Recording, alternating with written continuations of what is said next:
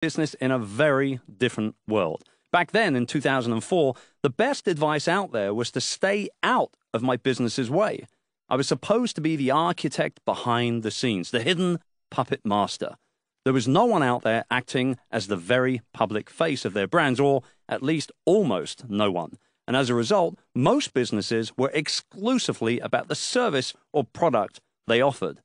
Fast forward to 2010, I'd launched 2 more successful companies, and there's no denying that the old advice had continued to work.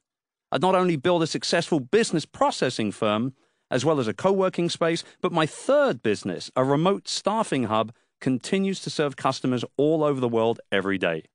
The only problem was that the effort to start each new business was Herculean, to say the least. Every new business meant I would spend years building, marketing, and monetizing from the ground up. And even when I'd done it before, I had to start from scratch for every new company. If you've been in this position or thought about starting a business, you know what I mean. That was also the year that more and more entrepreneurs started blogging and podcasting as a way of sharing what they knew. Why not try it out? I ventured. By then, I'd been in the game long enough to know I'd had some insights to share. I didn't know who would tune in, but to someone like me who thrives on a challenge and the chance to bring people together, the growing world of online community building was irresistible.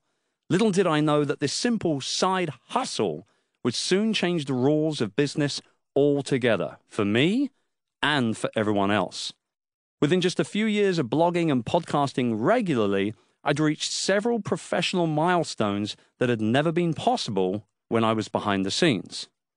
My audience grew globally by tens of thousands. I'd keynoted big stage events all over the world. People wanted to hire me to coach and mentor them.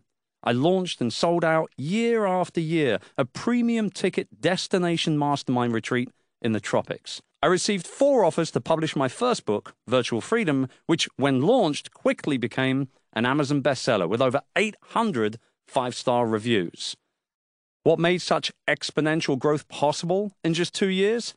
Well, in retrospect, I can see quite clearly how closely everything correlates to the exact time I stopped following the old rules of business. I came out from behind the curtain, took center stage, and began to attract a global audience that cared about more than just the product or service I offered. They cared about being part of my community and being supported in their own efforts to build, market, and monetize their ventures. They wanted to follow along with my journey and share their own. I now know that 2010 was the year I launched my personal brand before I even knew what that was or what it meant. It's turned out to be one of the best moves I've made in my career.